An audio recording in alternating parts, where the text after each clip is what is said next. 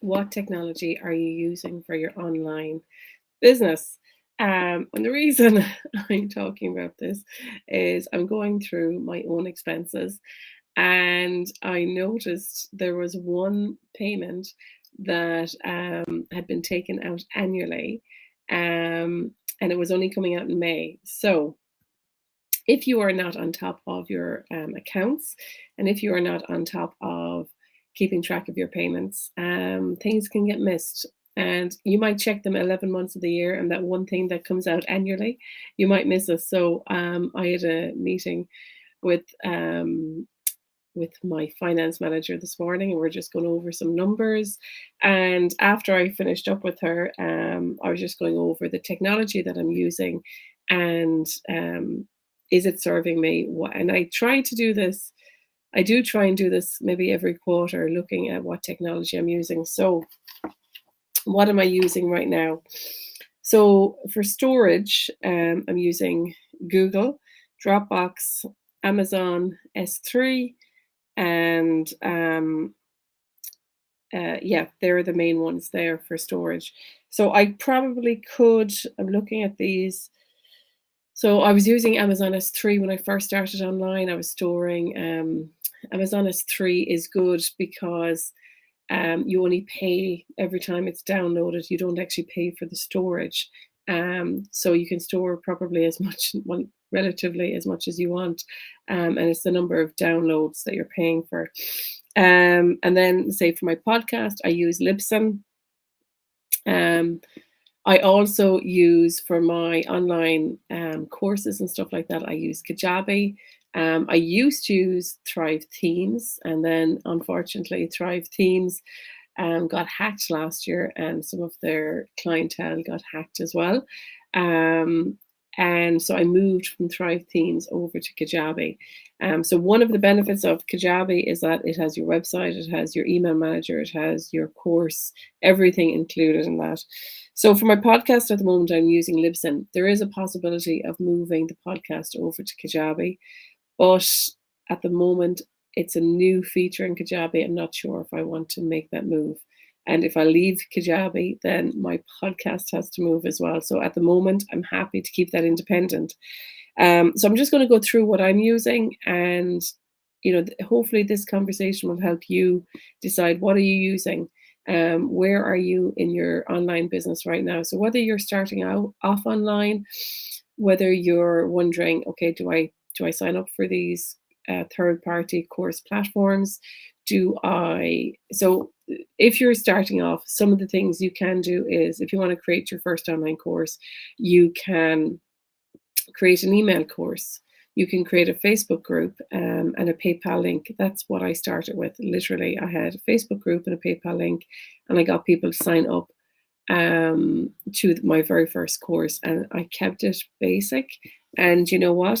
There is nothing wrong with keeping it simple. A lot of people, they don't want to log into an online course. They forget their passwords. Logging into a Facebook group is really easy for them. And sometimes, if you can keep it easy, that is, if that's what works, great. But as you move on, and as you create more courses, and as maybe you create more larger courses, then it's easier to use a third party platform. My next stage after Facebook was a WordPress website, and then I had membership plugins and course plugins that I had within the website, and that worked for a number of years. And then after the hack last year, I just said, you know what, I'm going to bite the bullet. I'm going to move over to Kajabi, and I've loved it. With Kajabi almost a year now, and so far I'm quite happy. Okay, so the podcast, I use Libsyn. I used to also use an app called Headliner. Headliner used to take a snippet, so that was very handy for repurposing the podcast and using it for social media. For my accounts, I use Zero, which is very handy. For email marketing, so I used to use ConvertKit for email marketing. Loved ConvertKit, really loved ConvertKit. If you're looking for an email manager, that is like ConvertKit had some great features. I loved the tagging, loved the sequences you could do, but also the automation you could do with ConvertKit. Price wise as well, it's a really good in between email manager. A lot of people sign up to Mailchimp. There are some issues I found with Mailchimp, especially the whole thing around lists. When you're using a list on Mailchimp, it can be, I don't know, the number of subscribers, you've got multiple lists, and then you can have people on different lists. Whereas within ConvertKit, you have your single subscriber and they're tagged. So ask yourself now, what is the email manager I'm using, and is this email manager the one that is going to help me move forward? So some great email managers are, Mailchimp is a good starter one. I loved ConvertKit. You have ActiveCampaign it is very good, but if you're someone who is not technical, and if you don't have the money to pay for someone who's technical, ActiveCampaign, there's a lot to it, and then after that, then you go into the likes of bigger systems. Say within Kajabi, you do have your email list, and you can send out your automations, your sequences, and all of that as well. So again, another great reason to use Kajabi. If you want my affiliate link, it's on my website. Okay.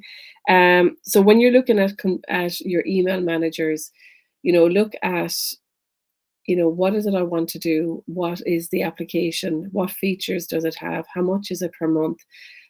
Also, if you're looking at applications for your online course, make sure you check how much they're paying. Are they looking for transaction fees? When the number of members go up, does the price also go up? So these are the kind of questions. If you have any questions about any technology, what you're using for your online business, just comment down below, okay?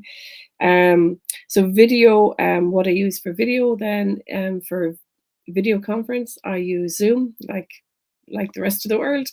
And then for video storage, I use Vimeo. So I pay my annual fee for Vimeo, and I store all of my video content there. When I started off, I used to use just YouTube unlisted. And that did me great for a long time. But what I like about Vimeo, especially when I was hosting my course on my WordPress website, you needed a video player to host them, right? The videos played better for anyone watching the courses, and also you have the security knowing that all of your content is within your account there. Yes. Then for marketing, what am I using for marketing? So I use Canva for creating graphics, and my team uses that as well. I use Smarter Q for scheduling my content. I use on this app here that we're on now, I use Restream for streaming across multiple platforms. So at the moment, we are going live across 6 platforms at the moment. So hello to all the platforms. So Restream, and then for the website, then as I said, so for my website, I've got my hosting and my domain registration, and I use Kajabi for my website.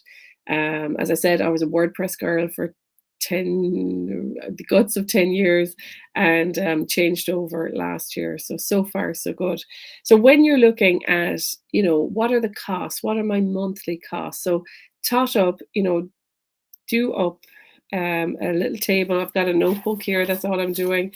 Do up a notebook, write out all your monthly costs for your monthly and annually, and some things are billed quarterly as well. So write down everything, how much is it costing me to run my online business?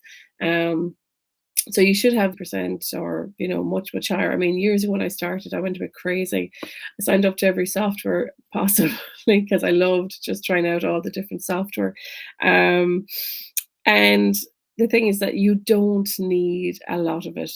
There's so much you can sign up for. But honestly, you can make, if you're a startup, you can really run your business very basically. If you're more advanced, you can obviously sign up for the the bigger, better software. But if you don't have the time or a team to actually use all the features that you're paying for, some of it is probably wasted. So comment down below, what software are you using? Do you feel the software is serving you for where you are now in your business? Would you like to move to some other software? Comment down below and I'll come back to you if you have any questions, right? Yeah, so that's it. That's all I wanted to come in on. And just make sure, go in and check, what am I paying for? Cancel those subscriptions that you're not using. I canceled a few subscriptions recently and I was like, oh my God, paying for stuff that you're not using. It's painful. It's painful. So, and always ask for a refund. They may give it back to you, they may not, but it's always worth asking.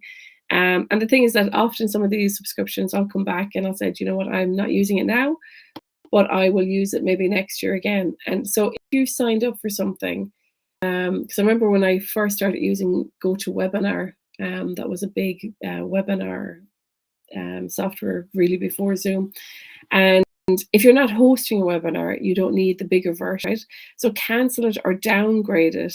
And then maybe when you need it again, upgrade it. I know this is basic, but honestly, if you're paying for stuff that you're not using, then it's a bit of a waste, right? And the money is better in your pocket than paying for software you don't use or need. So yeah, so that's it for me. I just wanted to pop in here and do a quick technology overview. This is what I'm using. What are you using? What's working for you in your business right now? What's not working? And if you want to bring your business forward, technology wise. Oh, sorry, another one that I have paid for and I've used in the past, which I loved, is Thrivecart. Thrivecart is a great checkout system. I used it when I had a WordPress website. Don't need it anymore. However, there are new features coming out with Thrivecart that are really piquing my interest, and I'm contemplating just having a look around. So I paid for it a couple of years ago. And the great thing about Thrivecart is that once you pay for it, you don't actually have to, there's no monthly fee. It's a one-off payment. I paid around $600 5 years ago, I think. And so yeah, so tot up, how much is it costing to run your online business? Cancel any subscriptions you're not using, and get the percentage of your income that your online business is costing you, and see if you can, bring down your costs if there's stuff you don't need, and begin to understand how much it costs to run your online business, and making sure obviously you're meeting your costs and all of that. So I hope this has helped you today. Comment down below, what technology are you using? What are you thinking of moving towards? If you have any questions, I would love to hear them. And I will post some of my links down below if you want to know about any technology that I can direct you towards. All right, take it easy. Have a great day. Bye, bye, bye.